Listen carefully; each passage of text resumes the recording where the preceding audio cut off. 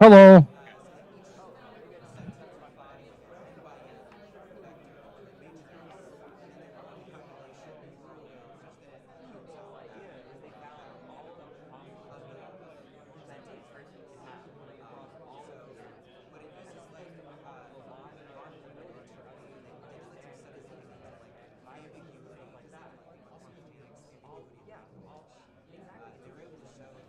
Test.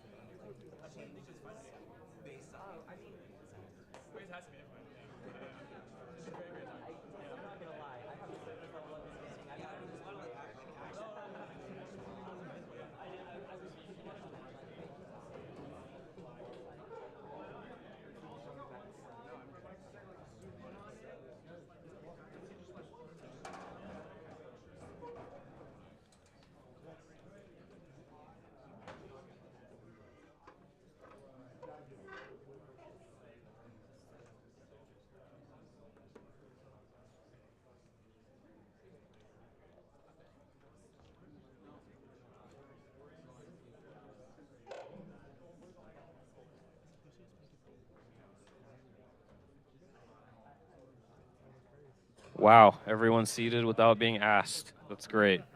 Not like last month. No, I was kidding. Okay, so I'm going to go over some house rules, and then we'll dive right into it. We are doing things a little bit differently this time, and it's not just the room. So let me just go over some rules. If you parked in the garage, please ask Emily. She's right there out in the front for parking validation after the event's over. This will bring you down if you came in after 6 p.m. and if you leave by 10 p.m. That 10 p.m. is going to matter in a second. So the rules are I know a lot of you are new. So we meet every first Tuesday in Capital Factory in one of the various rooms, and we really like to talk about research papers and the technicalities. So there's a good ecosystem of AI groups in Austin, and the niche that we fill is to dive deep. So we're very open to discussion. So if you want to ask questions, there's going to be two ways, and I'll go over that in the next slide. But please do ask questions. If you have insight that anyone up here doesn't have, or if you can answer someone else's question as an additional information, please do that. This is an open discussion. It's not just one to many. It's also many to one and many to many. So this is new. We're going to use a tool called Slido. I'm sure many of you all have used it in other places. So go to slido.com and type in that 7-digit code into Slido. You don't need to make an account or anything. It's anonymous, I promise. And it's anonymous to me, not to them. And if you don't want to do that, you can still raise your hand like the old days. And I'll help moderate the question. So I may not get to every question because we usually get a lot, but I'll help moderate the questions with the flow of our wonderful speaker today. So I'll give you another minute or two to do that on Slido. And if anyone wants to give me a test so I can make sure this is working, it is. Well, I have to see it on here. You want to put, okay, yeah, there we go. I'm getting a lot, thank you. All right, many to many, right? Okay, I'll give you a few more seconds.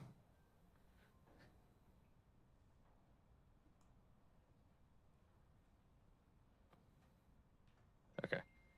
So we're going to go to the presentation now, and this is going to be by our wonderful Dmitri. So I'm going to turn off my mic. Hello, everyone.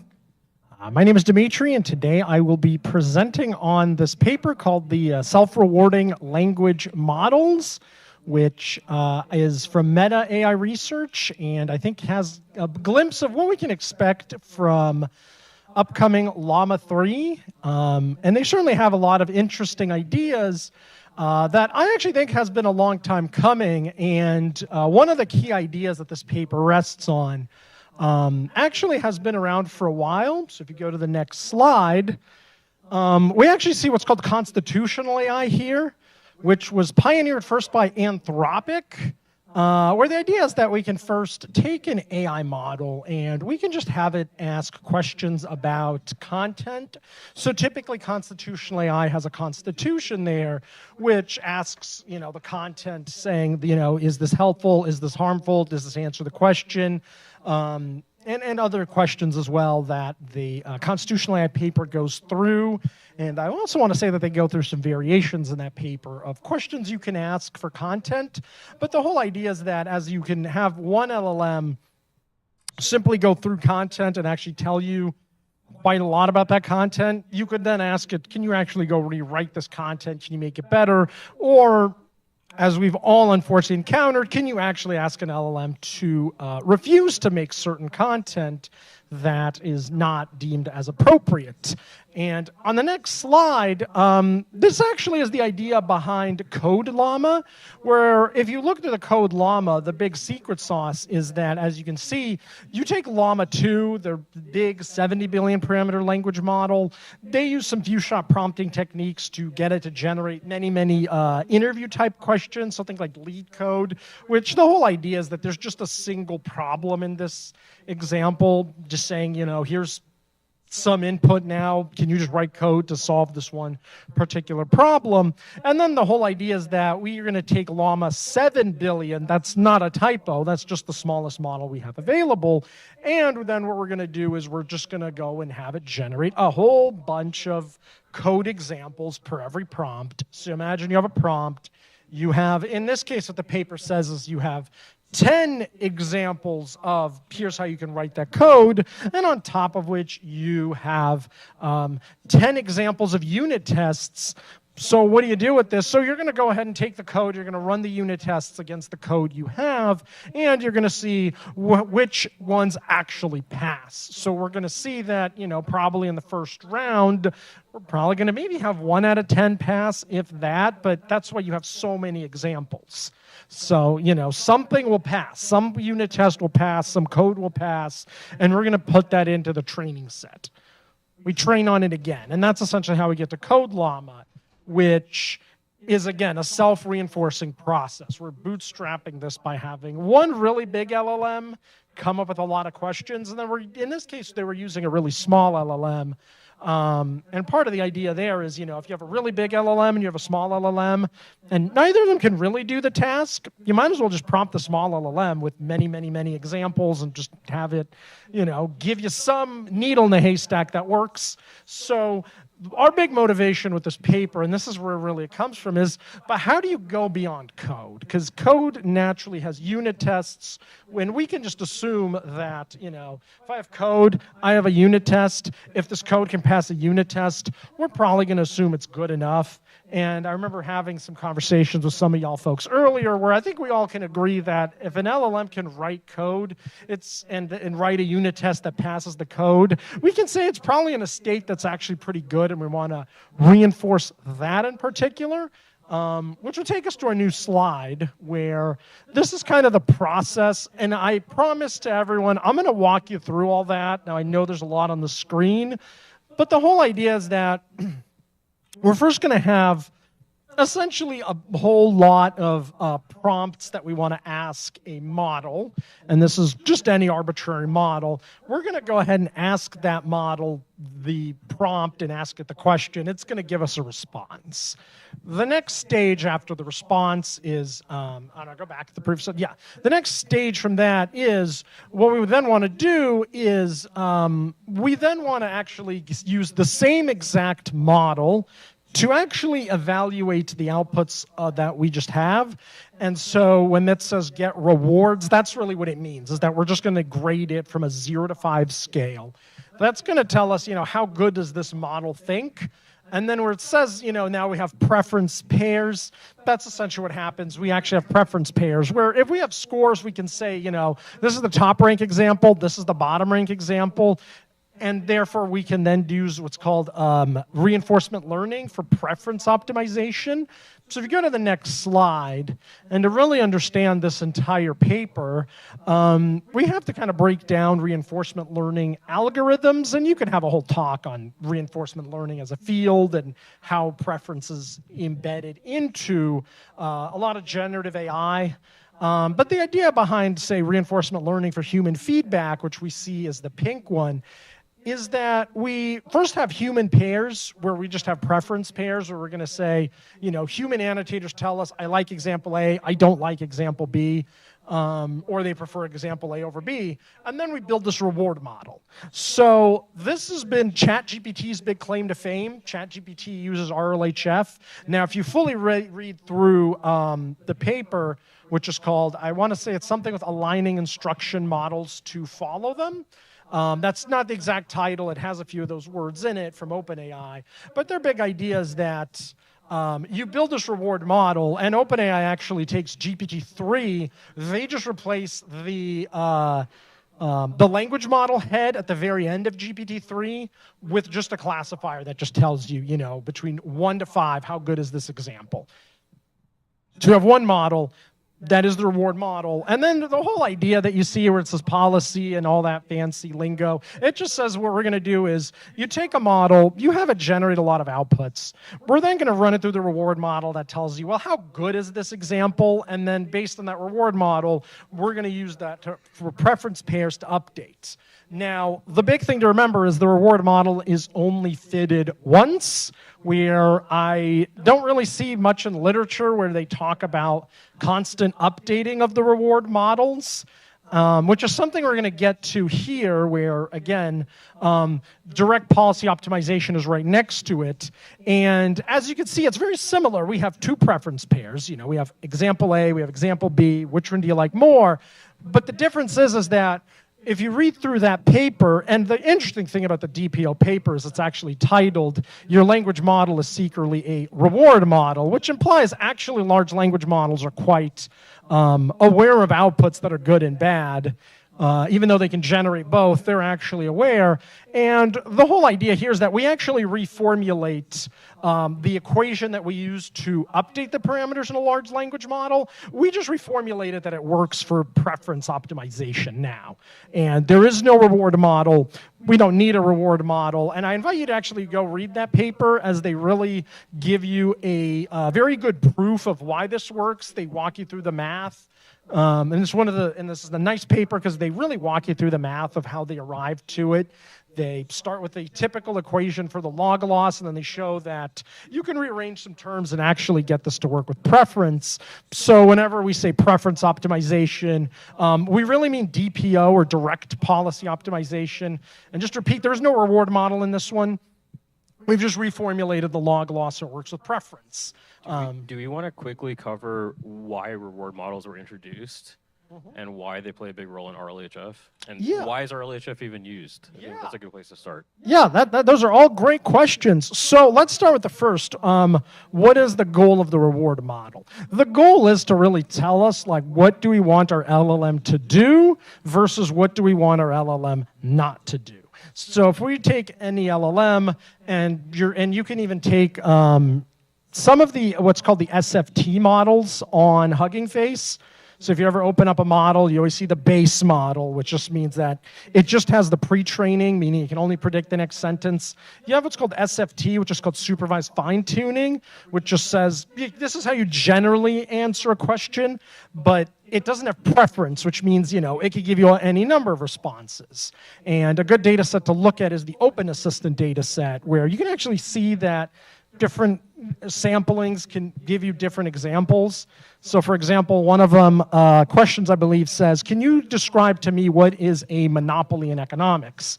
So you see that the best response there says a monopoly is, and it actually gives you a definition and cites a textbook, and you see the worst rated example there actually says, the LLM just says, yes, I actually know what a monopoly is, and does not elaborate any further. So again, answers the question, but not the way we as people want to. That is where RL, which is reinforcement learning, HF is human feedback, which just means how do we get models to do more of what humans like and less of what we don't like? And that's where a lot of LLM instruction following is today. with essentially reinforce it.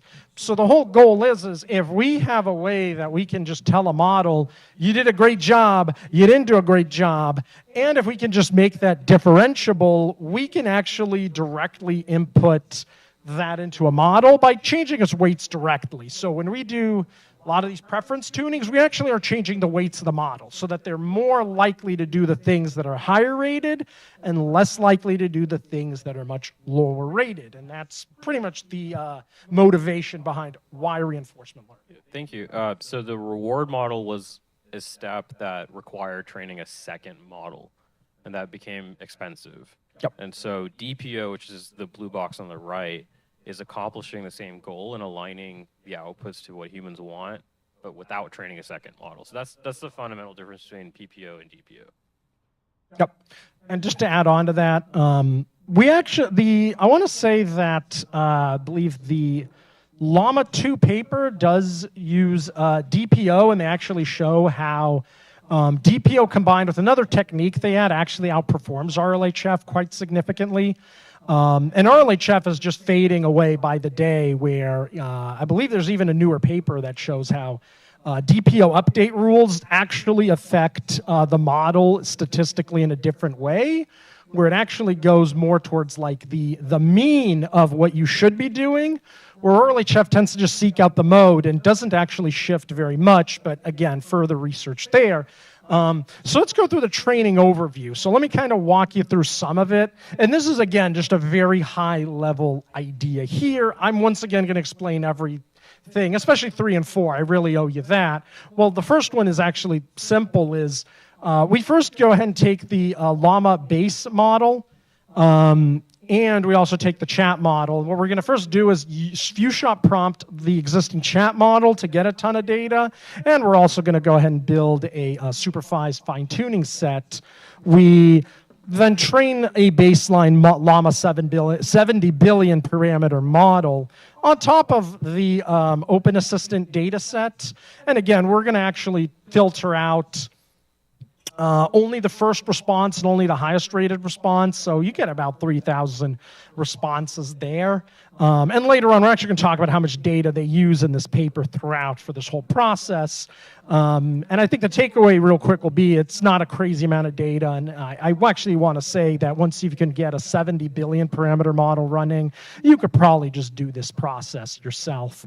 So anyway, we have Open Assistant, which does contain human feedback, so it contains a lot of prompts, a lot of responses, and also human annotations where people actually thumbs up and down content. So they actually even tell you what was the best rated content, what was the worst, by giving you an exact rank. Rank 0 is the best, rank 3 is the worst.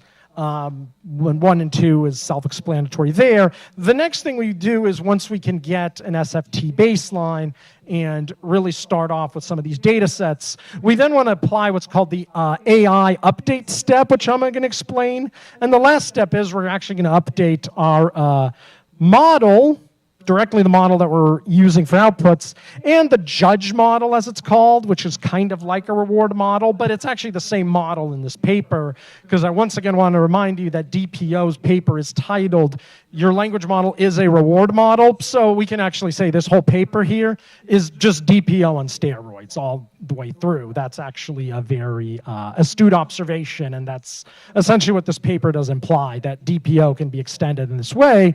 But let's go to the next slide here. One question from the audience. So does DPO require less human feedback than RLHF? DPO does, and it does require less human feedback, as we can see. The other reason is that DPO also does not use a reward model, so it does not rely on one very, very, very big model, because the whole thing is to build a reward model. You're going to need at least 50,000 examples or so. Okay, so this is the 2 training sets. So you see one that's called IFT, which is called the Instruction Fine-Tuned Data Set. And that one essentially contains pairs of an instruction of what we want the model to do in a response. And we go ahead and get this by actually finding the best rated data in the Open Assistant data set. The next one's called EFT, which is the evaluation fine-tuned data set. And the way we get there is once we get our SFT baseline, which is just, take Llama 70 billion, the base model, see no SFT, we go ahead and add IFT to it. So now it's instruction following as best as Open Assistant lets us follow. And then we're going to few-shot prompt it, show it some grading examples and ask it, can you grade some of these examples? We're going to get examples graded. This is now called evaluation fine-tuning. So now when we build the first model for self-reward, the model knows how to respond and the model knows how to reward. And that's actually talked about in the paper where they actually talk about that this does actually improve the model significantly, just letting it see how to grade. And let's move on to the next slide. So this right here is the AI feedback step. And let me just get a better look. So the first thing is that we can take the IFT as the few-shot examples. And that's where it actually comes from, the few-shot examples. We go feed it into the Llama 70 billion, the chat model. So very clearly, this is actually not the model that we're aiming to tune. We're taking the existing chat model, and we're just going to get it to just output some questions we'd like to ask an LLM. This model's not updated at any point. The next thing is what we do is we're going to generate completions. I know I put down N up there. The paper uses N, and then they later tell you they use 5. So they're going to get 5 outputs from a model that you've just trained. So there's going to be 5 completions. And then lastly, we're going to ask the model, the same model to grade. We're going to ask it, can you now grade these? Can you give me a score between 0 to 5? And that's the judge step, right? That's the judge step.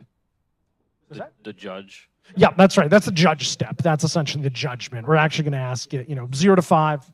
What do you like more? And lastly, the AI update strategy. The paper mentions 2. The first being the preference pairs, which is self-explanatory. And what they say is they take the top rated, they take the bottom rated. And they also say that if they have 2 preference pairs that are equal, they'll just throw out the entire example. So they don't ever use it, they'll just throw out the whole example altogether. The other one is called direct SFT, which essentially means take anything that's a 5 and go update that. And the reason I have an asterisk is they tell you preference pairs works fantastic. Constantly just giving it 5-star examples does not improve past SFT baseline. So remember the first question we said, why reward model, why preference? This right there tells you preference updates get models to do better. SFT doesn't move past the first baseline. So you won't ever SFT into great models. You can only DPO or RLHF into them. Yeah, go ahead.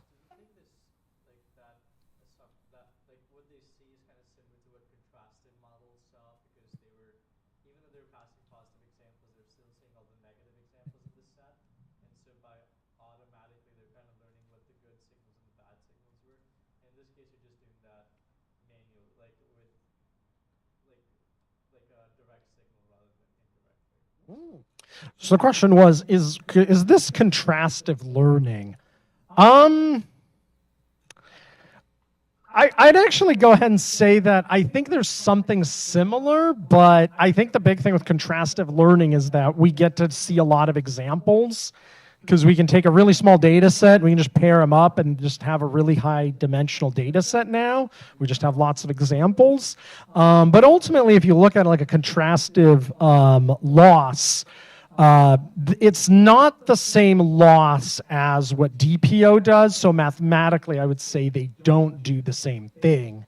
Do you want to quickly just go over what contrastive learning is? Yeah, contrastive learning is the idea that we're going to go ahead and give the model examples of positive and negative pairs. So imagine if you're going to teach a classifier to identify objects in images, but imagine that we just don't have any labels. All we know is like, I don't actually know, say like this image is a cat and this image is a dog, but imagine that we have some, website that says these are all cat images, these are all dog images, these are all panda images. images. What we can do is we can just sample from those data sets, and we can just pair them up. So we're going to say, if I draw 2 cats, I'm going to say, make these the same. And if I get a dog and a cat, I'm going to say, make these images as far apart as one another. That's the whole idea. So it's similar in that there's preference pairs in these, in that there's pairs of data, and the model has to identify between the pairs. But one important thing about DPO is that the gradient update is actually entirely proportional to how likely is a model to select the good output over the other, where in the case of a contrastive loss, we actually keep that distance the same throughout, which is not dynamic, unlike DPO. So someone asked, so with the preference pair approach, basically the lowest ranking example acts as what not to do, and the highest one is what the model should do. Yep, pretty much exactly right. It's essentially saying the top ranked is do this the most, and then the one of the least is do this one the least. And again, that actually goes into the formulation of DPO, where DPO has the highest amount of gradient signal between 2 very stark pairs, where if you, for example, gave it something that's like, this is ranked 5 and this other thing is ranked 4, DPO will have very, very little gradient.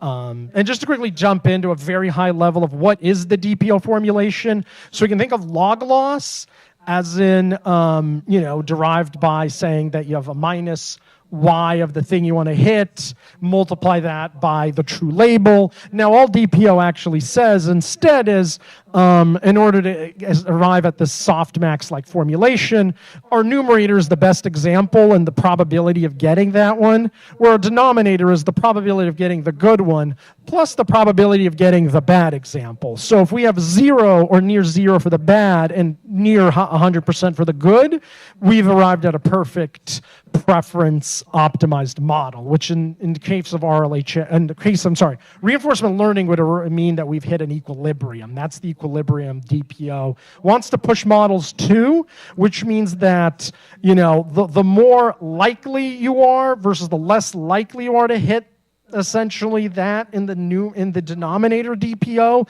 the more gradient the top will give you. So hence giving 2 examples that are close to each other, DPO probably have a big loss, and probably your equilibrium will sit at a pretty high loss there, just because saying this is a 5, this is a 4. So if your model goes from 5 to 4, you're not losing much, but 5 to 0 will be such a big gradient crash that your loss would jump, and that's why DPO works essentially, from what the paper describes.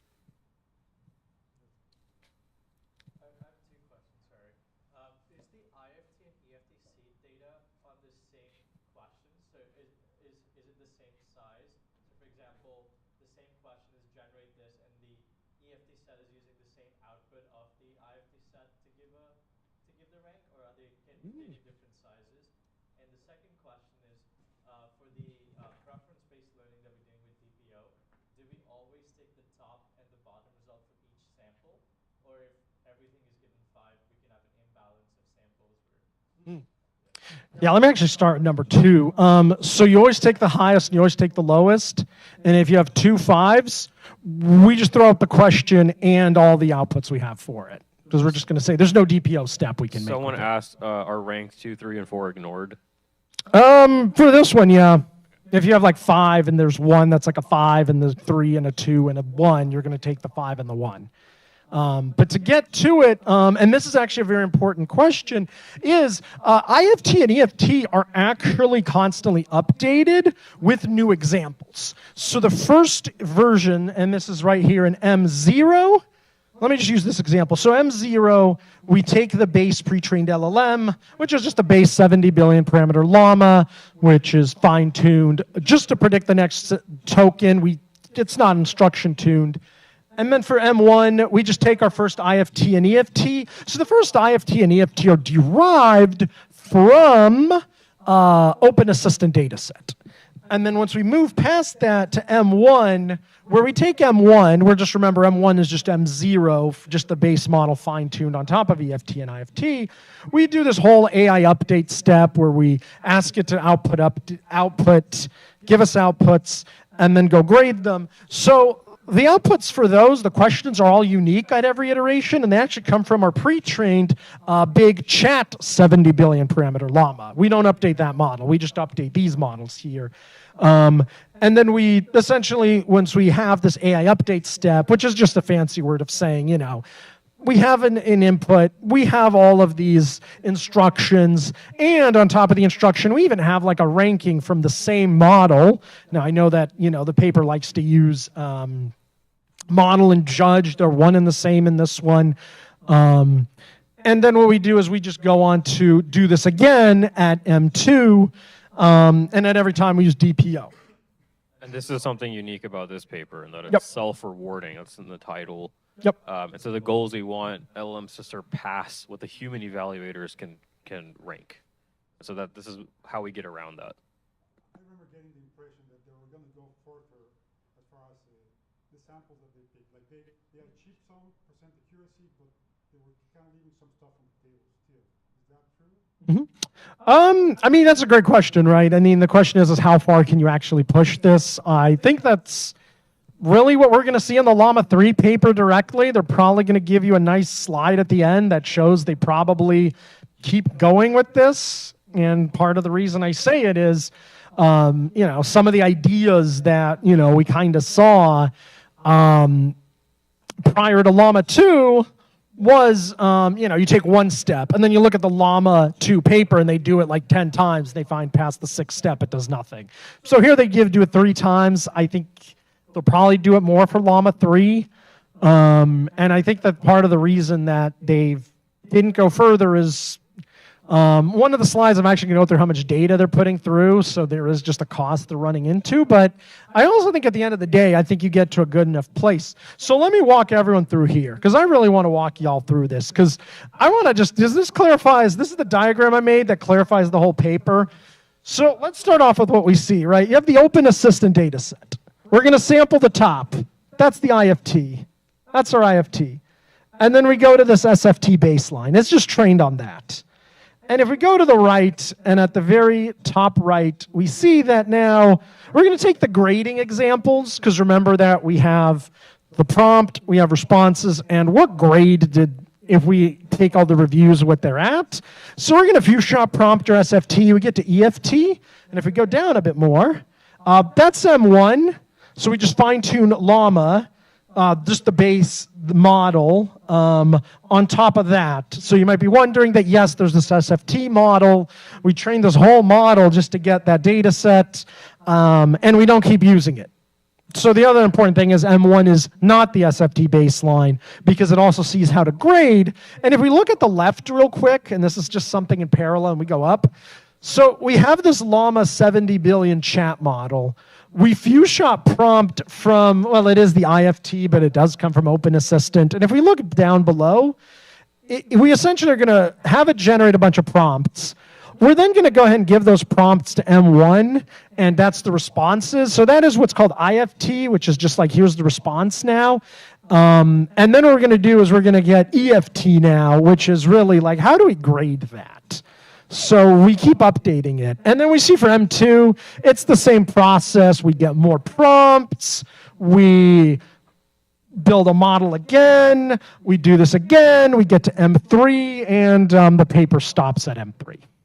They don't go further. So before I move on, does anyone have any questions about this? Because from what I'm about to cover next, I want to make sure we're all good on this part here. Is there any questions here?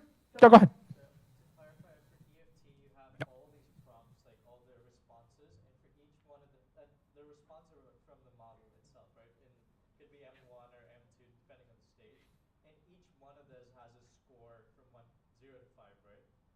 Yeah, it would have the 0 to 5, but it's only for example seen in that round, if you will. So M1 EFT only gets to see M1s. It doesn't see M0s. M2s will only see M2s. It doesn't get to see M1. And part of that is, if you really think about it, the reason M2 doesn't need to see M1 is it's actually in the weights of M1 already, because it's already seen that data in fine-tuning.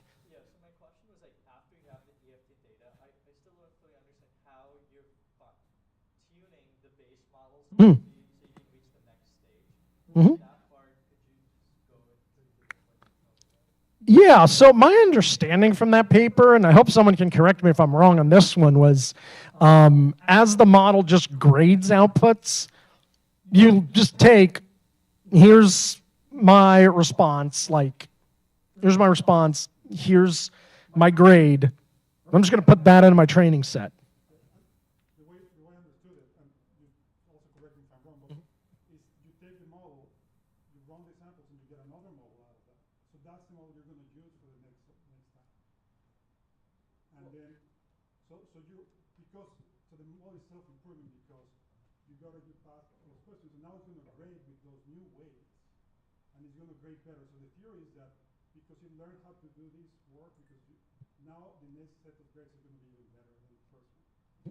Yep. So I understand, like, if you have the output and you can use, like, I understand the SFT way to train it, which is, like, take the best ones and say, like, hey, this is how the model output should be because we know the grade is good. I don't understand how the poor weights are used to instruct the model that this is how the output should not be. Like, that part I'm not clear on. Yeah, so are you confused about, you have good examples, you have bad ones, how do we... How are the bad examples used in the training process? Did you have a slide on the loss for For which one? the loss function? I think that shows it. Yeah, the loss function is the DPO loss function. And like the DPO one is like probability. You can think of it in a general term, a probability of like the good sequence, or a probability of the good one plus probability of like the rejected sample. So essentially means that if a probability that the model has for good and bad is equal, that means that you're, going to get 0.5. And then if your probability for like the really good one's 0.99 and your probability for the bad one's like 0.001, your numerator is nearly the denominator. It's just the DPO step. And someone asked, do you RLHF on the EFT data? Well, the EFT is kind of like the reward. So in a certain way, like, I wouldn't say you DPO it, but that's a good question. I mean, it could very well be that post-SFT, do they even DPO EFT? I could see that they don't. I could see that all you're going to give is preference data, and then the model before gets better and better. In fact, actually, to what that gentleman brought up, that's actually what I want to say is section 5 or 6 in the paper, is they have this deep dive on what happens to this model as they keep tuning it with this whole concept.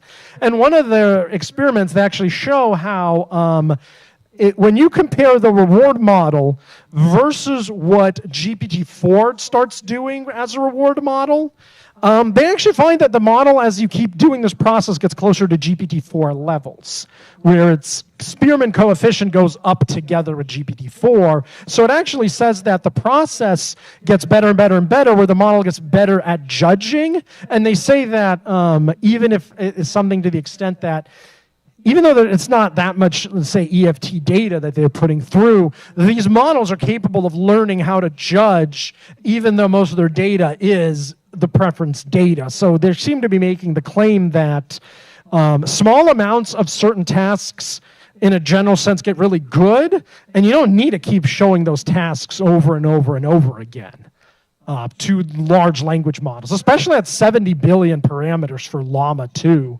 So if you actually also read what's called the chinchilla paper and the scaling laws, they say 70 billion is about where you start flattening out. So Llama 2 is therefore, that's why they chose 70 billion for it. It's like this optimal curve there. And yes, go ahead.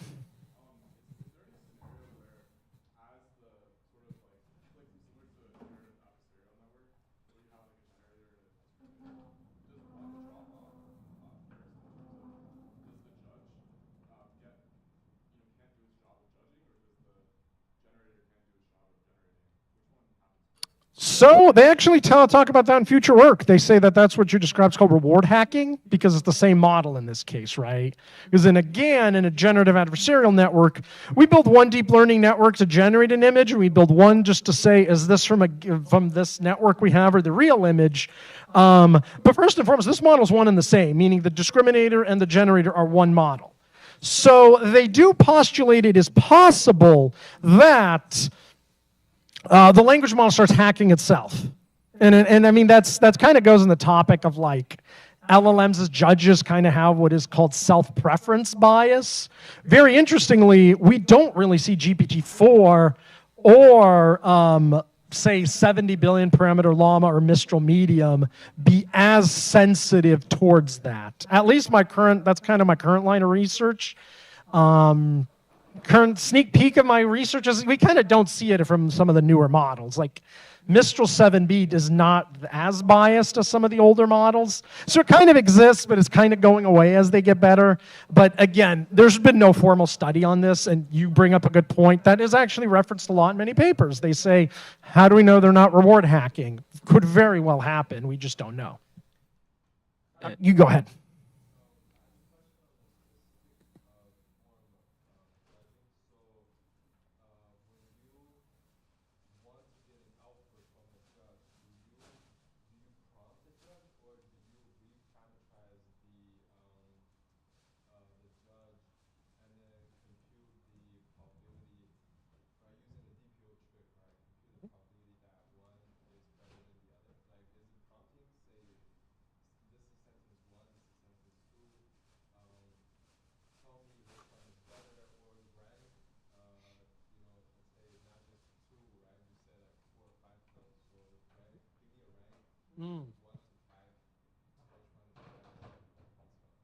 Yeah, so the judge prompt is for every input I'm going to give you, you're going to go ahead and give me a score between 0 to 5. And that's actually one thing I completely omit from my talk is the exact prompt, but it's the last page, right, in the paper. It is like I think one of the last pages. Yeah, it's essentially they say that the judge prompt is give it 1 point if it followed the instruction, give it 1 point if it was helpful, give it 1 point if it was, and this just gives a list of like give it 1 point, 1 point, 1 point, 1 point, and at then the end it's it's a chain of thought. So it says reading this example, I'll give you a point here, I'll give you a point there, I'll give you a point there, so that's 3 points. And that's essentially what they do. And they actually do go through what you asked of what happens if you say, can you select me 1 to 5? My current line of research shows many LLMs are biased towards order, so if you just give it like, here's 0 to 5, it's very likely to pick 1 or 5. But this is also something that is replicated in psychology for many decades now. It's called the first and last effect. This is actually replicated across many mammals too. So.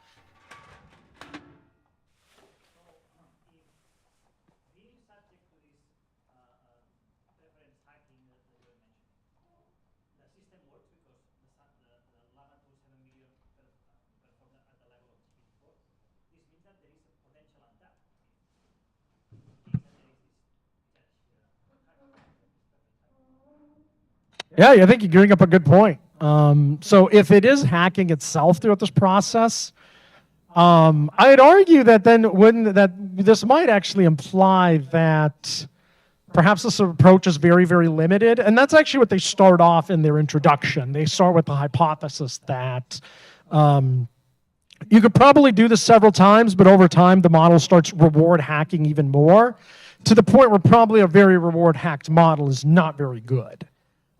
Because ultimately it just means that imagine if a model can just say a couple of words and it just says, yeah, this is a 5 out of 5 example, even though you as a human are going to read it and you're going to say, this is word salad. This is not a formal sentence. This makes no sense.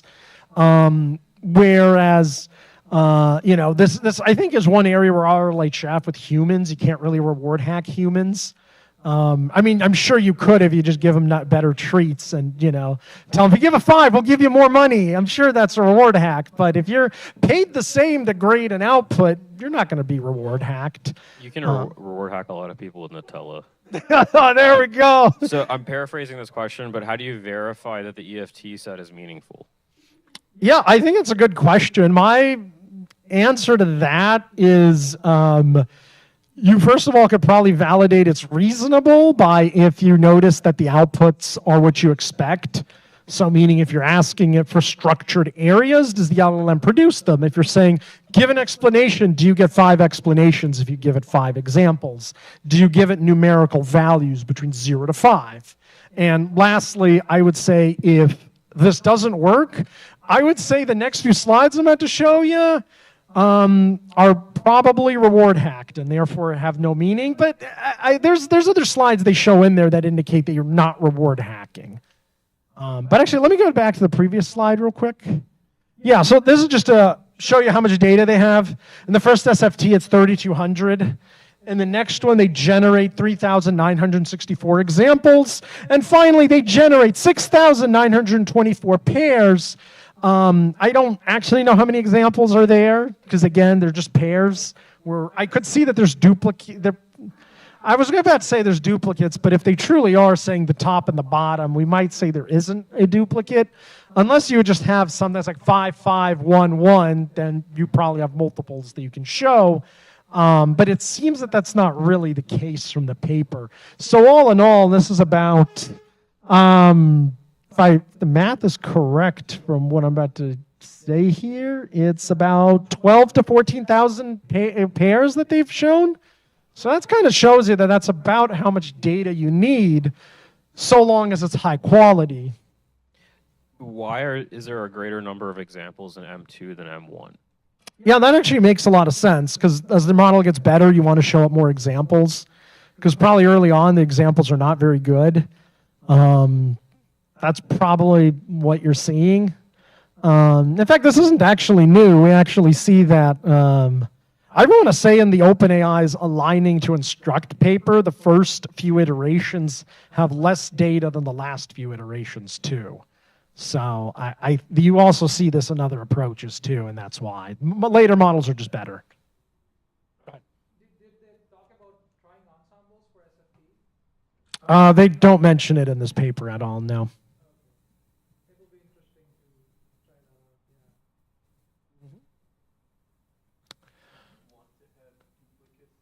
You're saying that as you go from model, let's say 1 to 2, 2 to 3, they get better. If you ask a question to model 1 and it gives a worse answer than presumably model 2 would give, would it make sense to have the same question asked twice? I suppose it could. Yeah, I think they're thinking, and this is my thinking too, that if you see something in M1, by the time it gets to M2, it's already in the weights of the model.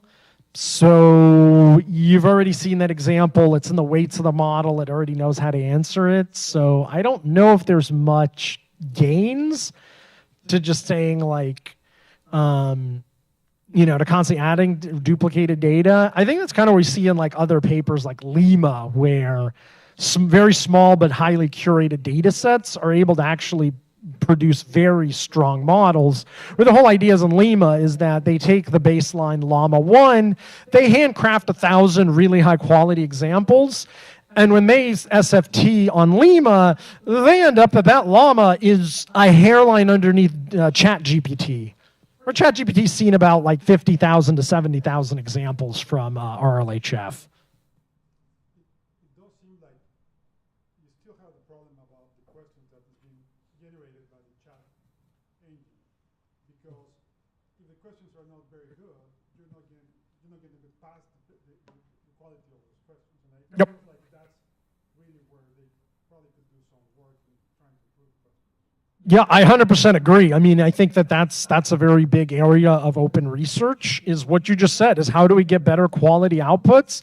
Because the problem here that you have is a lot of your compute is generating outputs that you're never going to use. You're running really big LLMs. So to give you an idea, you probably need about 8 A100 GPUs to run Llama 70 billion, unquantized in FP32, which is what they've been doing in this paper. And furthermore, if you could just generate like one really good example, you don't need to generate many. In fact, that's the problem with Code Llama, that you're spending a lot of time just generating solutions, but possible solutions, they don't work. So much of your output from AI doesn't work, and then a couple do, and then we're just rinsing and repeating. So very much, I 100% agree with you, that is the future direction of how do we get better? And that's kind of another area too of like, well, how do we actually motivate LLMs to quote unquote do the right thing? So far, SFT is kind of that like jumping off point. Take SFT, we want to start at SFT. And then when we save from SFT, we're going to say, okay, let's do some preference optimization. Of course, it comes down to the strategies of like, how do we do it? Do we RLHF? But now we need to build reward models. We need people. That's expensive. Very middle of the road, where hybrid approach, where you have some generation and you have more like judging, but you're not having to create the text from scratch, but you're just picking the one you like. Yeah, no, that probably is a great jumping off point. I think the challenge there is if you have that kind of resources to build that big of a data set first, I mean, you're probably OpenAI.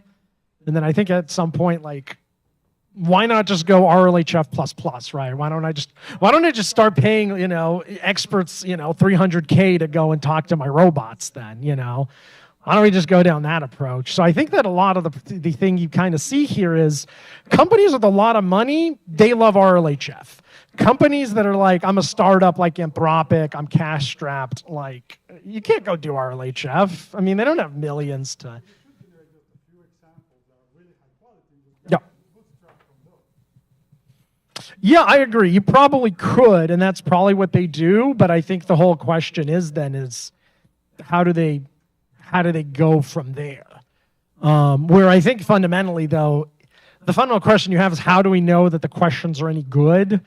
I mean, in some ways, you know that if you can just few-shot prompt an LLM and it tends to do the right thing, the bootstrapping is all through few-shot. And in fact, actually, it's not just few-shot. Llama 2, 70 billion gets to see 8 examples for judging for the first iteration to build EFT. So 8-shot prompting should probably do the right thing because we see that certain models, like if you just 0-shot them, they don't do well. You suddenly give them 10 examples, ask for them to do that example. Now they get to like GPT-4 levels of performance now. So I'd imagine that's part of where you're at, but I think a lot of it comes down to your like validation methodology of like how do we actually evaluate our model. Because I think for the next few slides I'm about to show, we're going to kind of see some benchmarks on how they do. It's a bit surprising for me to see these numbers because they look kind of small. So I would guess that the advantage of having like this kind of automatic feedback would be to generate training sample at scale, like millions or billions of training samples. But do you know why they decided to generate something that maybe even one human could do like in a week? There's this kind of I mean, I don't 100% know, as I unfortunately don't know any of the authors on the paper. My guess is it probably comes down to compute budget. That again, just to generate, thousands of examples with Llama 70 billion, like you're definitely going to need a big GPU cluster for that. I have a question on actual fact correctness. With this kind of training, does it still give you correct? Because with the fact, it's like this is right or wrong, I don't know. I would hope it does through LLM-as-a-Judge, which, so I think if we go to the next slide here, I think this is it. Yeah, this is it. This is the slide I wanted to show. So what this actually tells you is, and again, all of these that you're about to see, they use GPT-4 Turbo to judge. So again, the question is, do you trust GPT-4 Turbo as a judge? And if you do, this is what we see. So I think interestingly enough, if you look at the very bottom, which is rewarding M1 versus baseline, we see that M1 is at baseline, which essentially tells us SFT has consistent performance. All difference between M1 versus SFT, SM1 got to see EFT. It got to see how to judge. We kind of see, yeah, it's cool that it's there, but it doesn't seem like it wins much. When we go to M2 versus SFT, now we're seeing a big jump. We're seeing that self-rewarding wins almost 20% more. And then when we finally go to M3, we would expect the gains will taper off. So there we got about a 12 to 13 point boost, where again, we kind of see that ties are decreasing and SFT baseline starts to lose out more and more. Next slide. 1 second. So someone asked, how do we know if we've gone beyond the performance of a human reviewer? Yeah, I think that's a good question, right? So I think once you see this, and then you see that Llama 3 beats GPT-4 and HelloSwag. That will tell you that. And then how do you account for X% of judgments being hallucinations? Yeah, I'd imagine hallucinations would hit you in the judging score so that the judge gets to see, and probably the judge can catch hallucinations and would say, hey, hold on, this isn't right. And saying that's not factual, or start hitting you on that. I know that Anthropics in the constitutional AI paper, they actually ask for factual mismatches in constitutional AI. I don't know if this judge prompt does, but that's essentially how you could do it. And from practical experience, you can just ask an LLM to review its own answers. More times than not, it will actually catch hallucinations. But I think there's just a fundamental existential problem you have with this approach that very well the judge can hallucinate. That's just something that will happen. So I think the question is how often is the result hallucinated? So if you have mass hallucination in a biased model, I would imagine that the model probably does not have high win rates later on. So that's kind of would be my answer, that, you know, it's probably just win rate.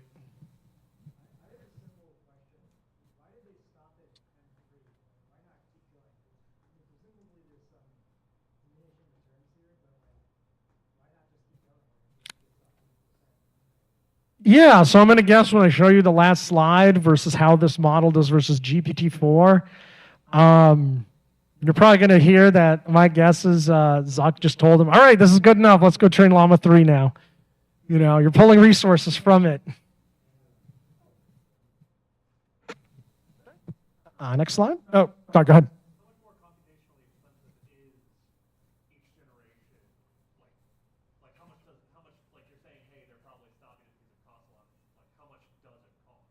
Yeah, so just to load Llama 70 billion, just one, you'd need 8 A100 GPUs.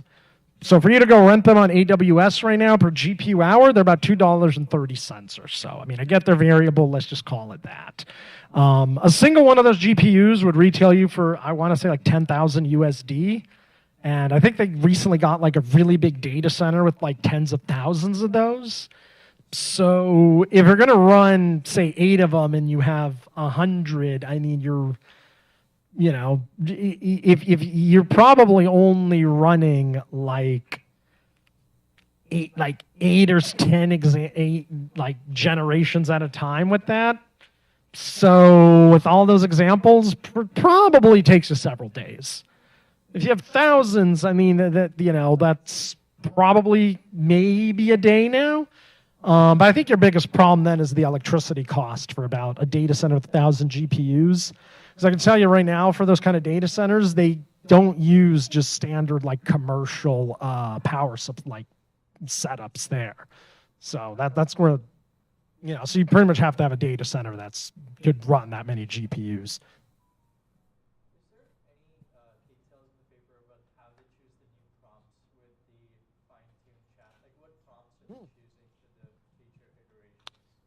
They just say they few shot prompt them from IFT with all the data they keep adding. Now, like, what is that data set? They haven't shown us or publicly released it, so it's really hard to say.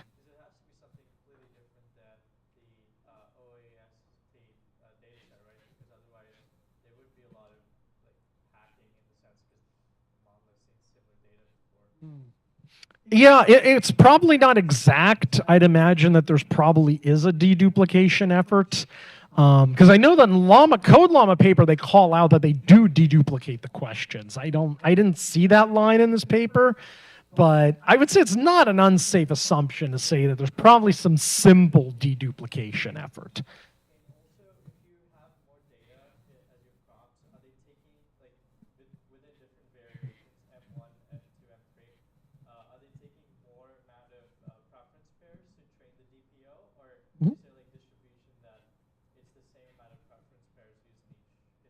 Yeah, I had a slide on that. It's definitely not the same. So it's like an M1 sees 3,960 pairs to get to M2, and then M2 sees 6,900 pairs to get to M3, and that's where they stop. Yeah, let's check the next. Yeah, this is also interesting. This is just win rates. M1 versus M3, we see M3 completely crushes M1. We see M2 also does a lot better than M1 with a over half win rate. And then we see M3 versus M2, we see that it, more than half the time, it won't necessarily win. So that's an interesting one too, that M3 is better than M2. Let's go to the next slide. Yeah, that's really the big slide there. So take a look at that. That's in comparison to GPT-4 Turbo. So we see that M3 is at 20.44% in comparison to GPT-4 in March on first release. We see that's at 22%. Mistral Medium is at 21%. And Claude is at 17, which implies that just self-rewarding gets you above Claude. And actually, Claude, I think, is a really good comparison because Claude essentially is from a constitutional AI. Now, when it comes to Mistral Medium, I mean, there have been a lot of leaks as of late where if the leaks are to be believed, the Mistral Medium is a Llama 270 billion tune. And it also seemed like there's a tweet from someone today from Mistral saying that, yeah, they do constitutional AI at Mistral. They didn't comment any further than that, but it's safe to say that they certainly do some sort of AI feedback, even though that they've claimed that that was not their big claim to getting Mistral to work. But that's kind of where we are. So again, at 20.44% from just Llama 2. Now, the one thing to remember throughout the whole paper is Llama 2 at no point gets to see more tokens in pre-training, where models in the previous year got better and better and better by seeing more tokens. So to give you an example, GPT-3 sees 300 billion tokens. ChatGPT is just a fine-tune on top of GPT-3. The difference between GPT-3 and ChatGPT, from my understanding, was ChatGPT had RLHF on top of it, where GPT-3 was just an SFT. GPT-4 had 1.5 trillion tokens. Going from Llama 1 to 2, we see that Llama 2 had 1.4 trillion tokens. And I want to say Llama 1 was about 300 to 600 billion. So again, we see that there's a big jump in the amount of pre-training tokens. That's where a lot of these gains are coming from. So the fact that we can go with Llama 2 and get near GPT-4 without showing it any more data makes me really hopeful for Llama 3, because they have said that they're adding even more tokens now. I think something of like 3 trillion tokens, if I'm not mistaken. Someone fact check me on this, or an exact number on how much Llama 3. I think Zuckerberg talked about it at some point for how much data they got for Llama 3. So if you see this process plus a lot more data, I actually could see that Llama 3 will get really close to GPT-4, if not beat it in certain tasks.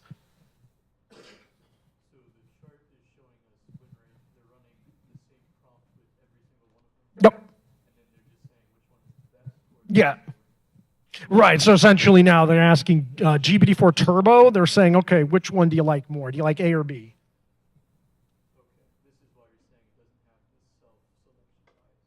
Right, yeah, so that one does. And they also say that they rerun it like multiple times too, and then they just take a majority and they say if it, so they run it 3 times, they're just gonna take a majority now.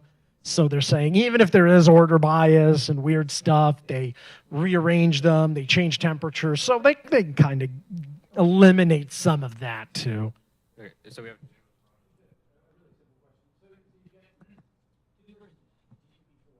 Yeah.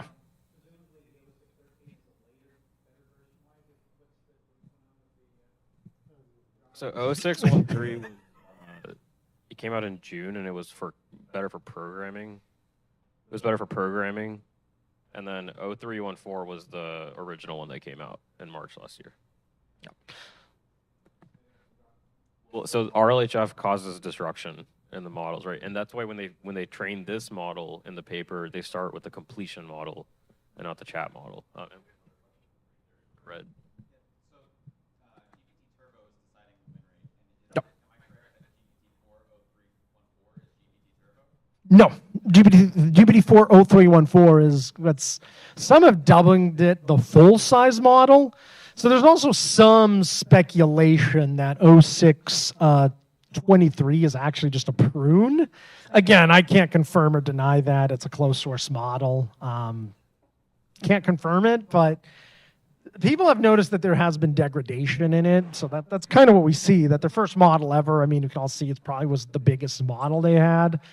And if we were here for the mixture of experts talk, I mean, and if GPT-4 was a mixture of experts, I could see maybe they remove some of the experts and figure, you know, they could just save money that way.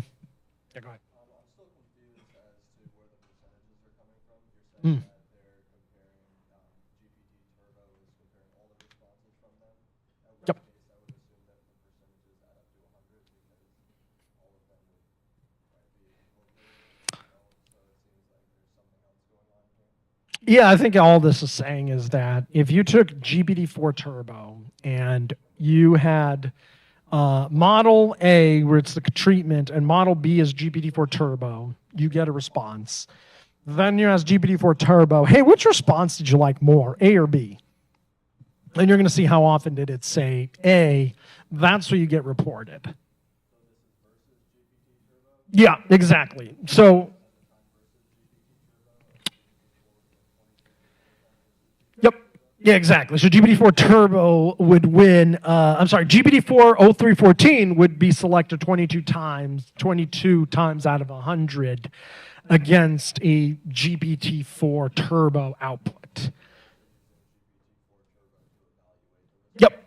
Yeah, exactly. So there is probably some selection bias. It's called self-reference bias, which just means that, you know, LLMs like their own outputs. Which, like I said, I mean, bigger and better means that they're less biased, but they're equally affected by this. Very small nitpick. The paper actually says it's evaluated by GPT-4, but it is against GPT-4 Turbo. You're right. You're right. It is. Yep. They used GPT-4, the latest one that they got. Do you remember what it said? Which one that was? I think it was old. Was it the November one that they used, or That's Turbo. Yeah, the November one is Turbo, and that's not listed here, so maybe it's a different model. Okay. We don't. Yeah. I have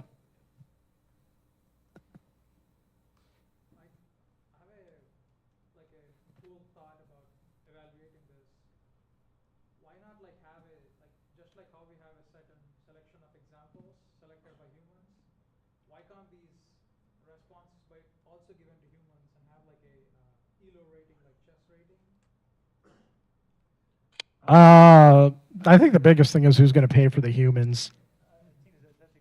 Yeah, that exists on Hugging Face. I saw that, right? I saw that on Hugging Face. There's you can go and rank an LLM answer. Yeah, I mean, I think it's totally doable. I think the question is it really comes down to motivations and what companies have the motivation. I'd ultimately say I think that, I think the incumbents don't have any motivation to fairly rank them, where I would say Hugging Face as an entity might not be all that motivated to spend all that money trying to, let you pick and choose all the LLMs because they just want the open source stuff. Because again, yeah. Okay, so we are running a little low on time. We can take one more question. Anyway, okay. All right. There you go. This is the official question slide. Exactly, If anyone yeah. has a last question, then we'll jump to networking. Okay, so all right, we'll go. Round of applause for Dmitri.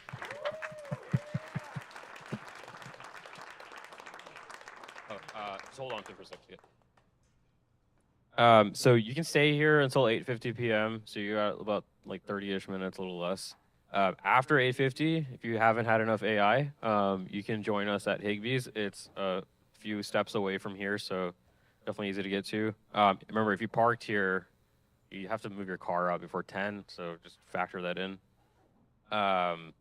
And we fill the niche of being the deeply technical group.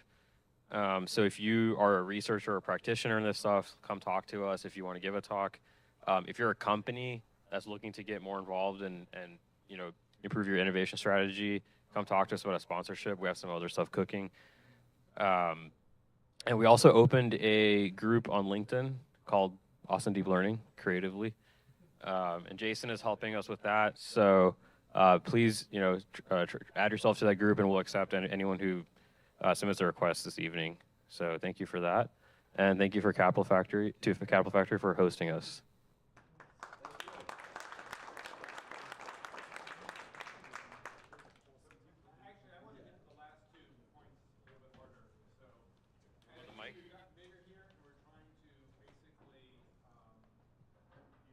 Help build this group some more. So we're really looking for two things. One is, the unique niche this group holds is the technical leadership part. So we are looking for other technical talks. So if you have some ideas for talks, or want to give a talk, or want to volunteer someone else for a talk, even anonymously, let us know, because we really want to have really solid content here. So, there's ask number one. The second thing we want to do is we want to work on building the community here. Which is really making this a group you want to be part of. And the question is, well, what else should we be doing? One thing is bringing your coworkers, bringing other people that you think will have value here. We all win by building a stronger community here in Austin. We also want to think creatively about what else should we be doing at events. We've talked about sponsors. So like maybe people who are trying to hire, or other vendors, or any other thing that you think would be a value add to the community, people you would want to interact with at meetings like this. If you have anyone you want to know, just let us know. We'll go follow through and follow up on that. So those are the two asks. Help us build the technical content, and help us build the community. And sign up for LinkedIn. Thank you. Yes, please speak to Eric, myself, Jason in the blue over there, raising his hand. Senneth in the gorgeous leather jacket. All right, off to networking.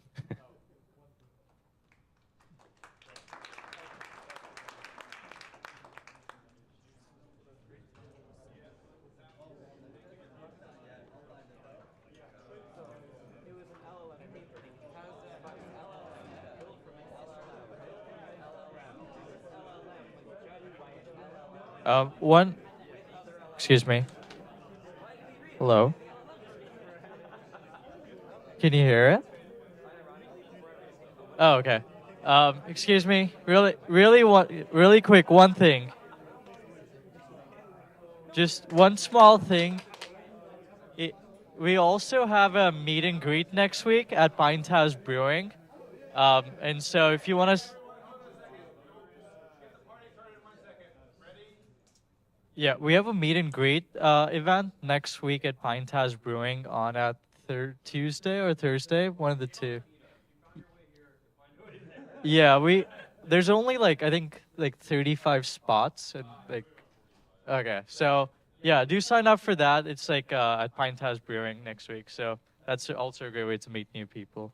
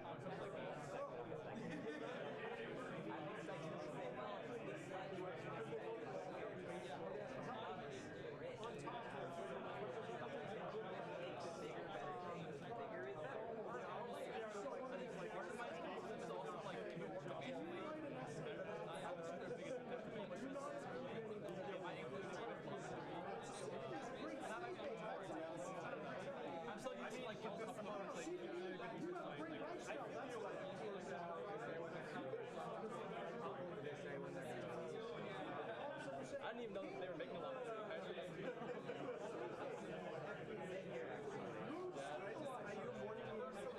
reading this blog post, and the guy was, some guy had talked to like an actual researcher who was deep dive something, and the researcher was like, almost all of the good papers are now like kept secret, like at these top forums. Like, they don't release it what they actually good stuff, which is quite a shame.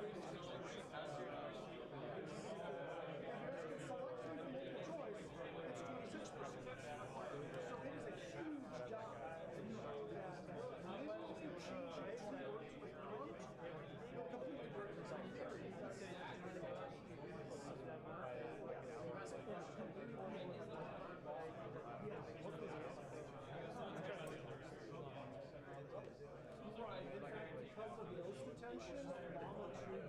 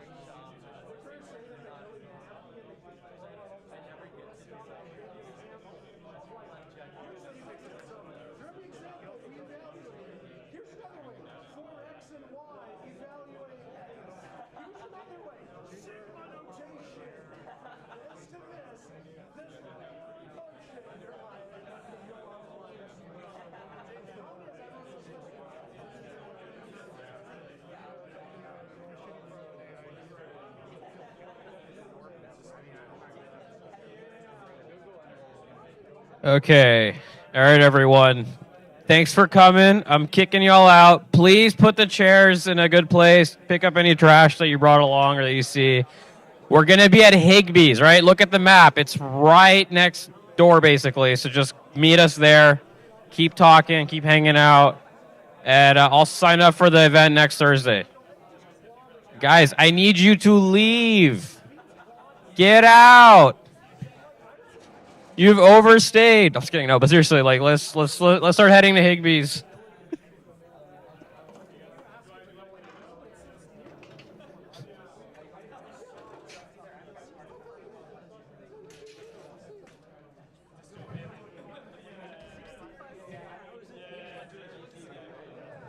Guys, let's clear. Let's clear. I'll see you at Higbee's.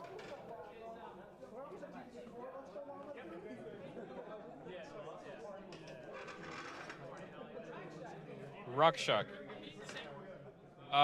from 2 years ago. Oh, big text. Yeah, you worked on facial computer vision. Yeah. Yeah, you're like the big shot. You're like the patent guy, right?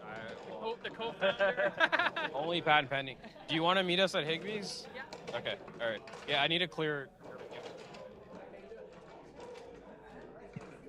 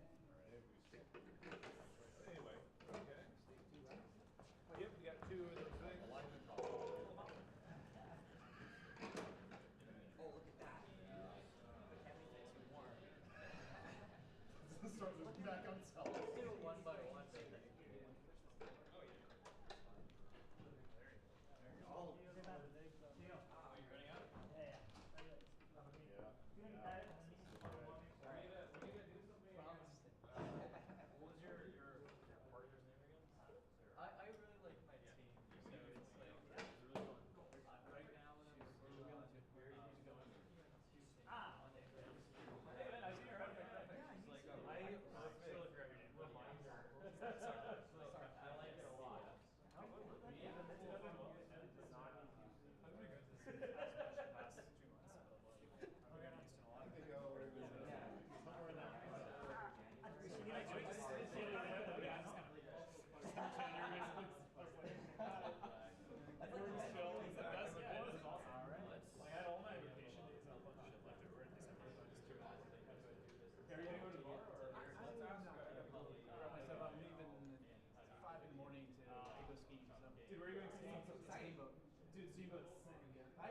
I've never skied there. I've been there during the summer, but I've never. So where else have you skied usually? Well, it's like I haven't skied recently much at all, but Vail and Breckenridge. So Steamboat is definitely very good too. It's better than Open. Yeah, it's basically without the crazy. I mean, Breckenridge obviously has a crowd Steamboat, but it's not